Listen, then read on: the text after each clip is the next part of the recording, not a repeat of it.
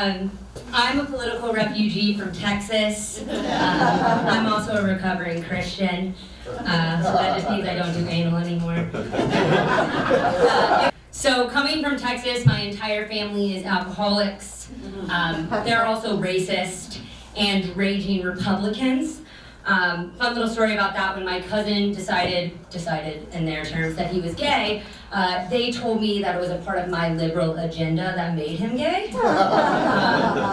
Because I'm not sure if you know this, but all the gays and all the allies actually get together once a week and talk about how to destroy family Christian values. And I was actually the vice president.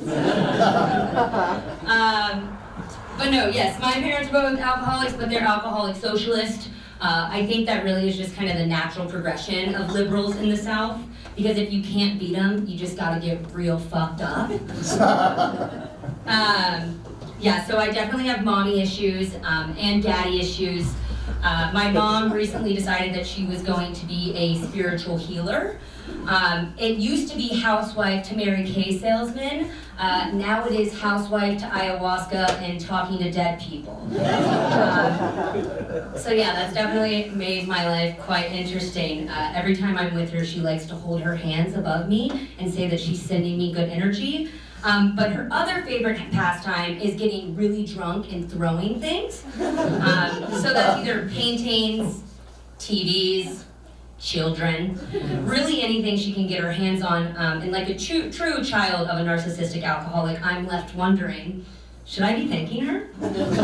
It's a free workout. I've gotten quite nimble with, dodging things.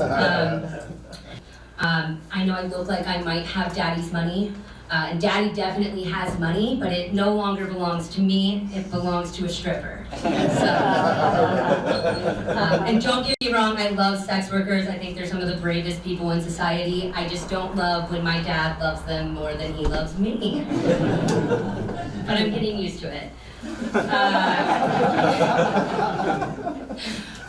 Does anybody here know what Al-Anon is? Yeah. Okay, so Al-Anon is where a bunch of children of alcoholics sit with other children of alcoholics and give each other terrible advice. I don't know about you guys, but to me it really is kind of like the blind leading the fucking blind, because I don't think anybody without a degree that's also has PTSD should be telling other people with PTSD what to do. It's actually funny, I was listening to two people talk about it. It was a brother and a sister, and the brother was yelling at the sister, and he was like, well, why don't you just get drunk with dad? And then you guys would get along better. And I was like, I don't think this is the right group for the two of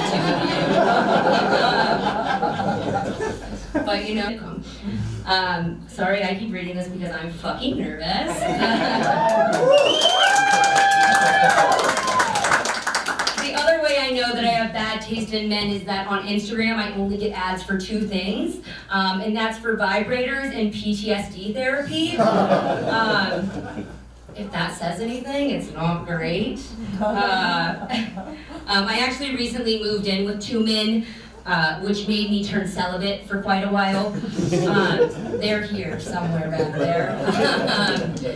But I really thought that it'd be good for me. I have three little sisters, and I was like, maybe I will start to like men more. I'll start to understand them. That did not help. I thought that they were gonna get kind of a placebo girlfriend situation where they would do me favors and get no sex in return. But the thing is, they're not handy at all. They haven't built a single piece of fucking furniture, nor have they taken out the trash once. Sadly, against my will, I do still like men as much shit as I do talk about them.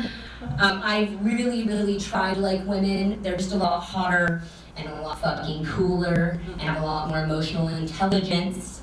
But it's something about mediocre effort, receding hairlines, and flaccid penises that just keeps me coming back for more every time.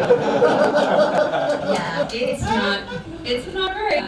Another thing that my male roommates like to give me shit about, except for hating men, is that my lack of dating. So I recently got back on dating apps, and I realized that those things are a fucking scam. Do we not realize that those are tech bros that are building these applications? They don't want you to find your favorite Brad and Chad. They want you to stay on their app. And I would also prefer to meet a man in the old-fashioned way. So, in a bar, and in the forest, or in the bathroom doing drugs. I'm kidding, I don't do drugs in the bathroom. I'm in the living room.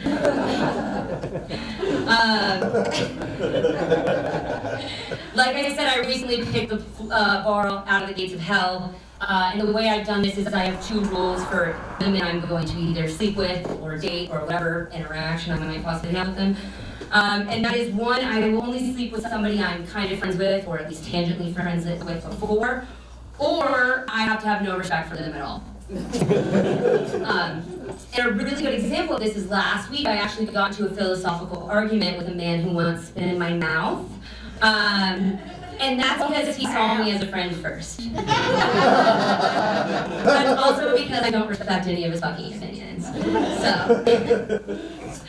I did a lot of political work when I was in college as well.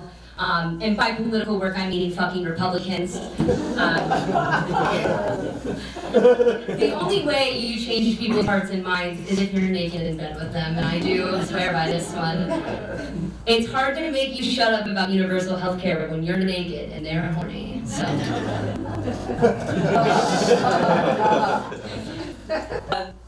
I definitely went way too fast, so I'm going to end with this one. We talk a lot in Bobby's class about why do you want to do comedy, why do you want to make jokes, and she always says, don't make jokes just because you want to be famous. And when I read this chapter in the book, I was like, oh, thank fucking God, I don't want to be famous. That's not what I want. I want my exes to have to see my face on a billboard for the rest of their lives. And while that might seem a little bit egotistical, the narcissism definitely trickled down a bit. That's really just because I believe that adults should have to face the repercussions of their own actions. Also, I don't think anything would be more satisfying if one of my exes gets a new girlfriend and they're like, oh my God, that Madi girl, she's so funny. I would love to go to one of her shows. So that's the goal. Thanks guys, I'm Madi.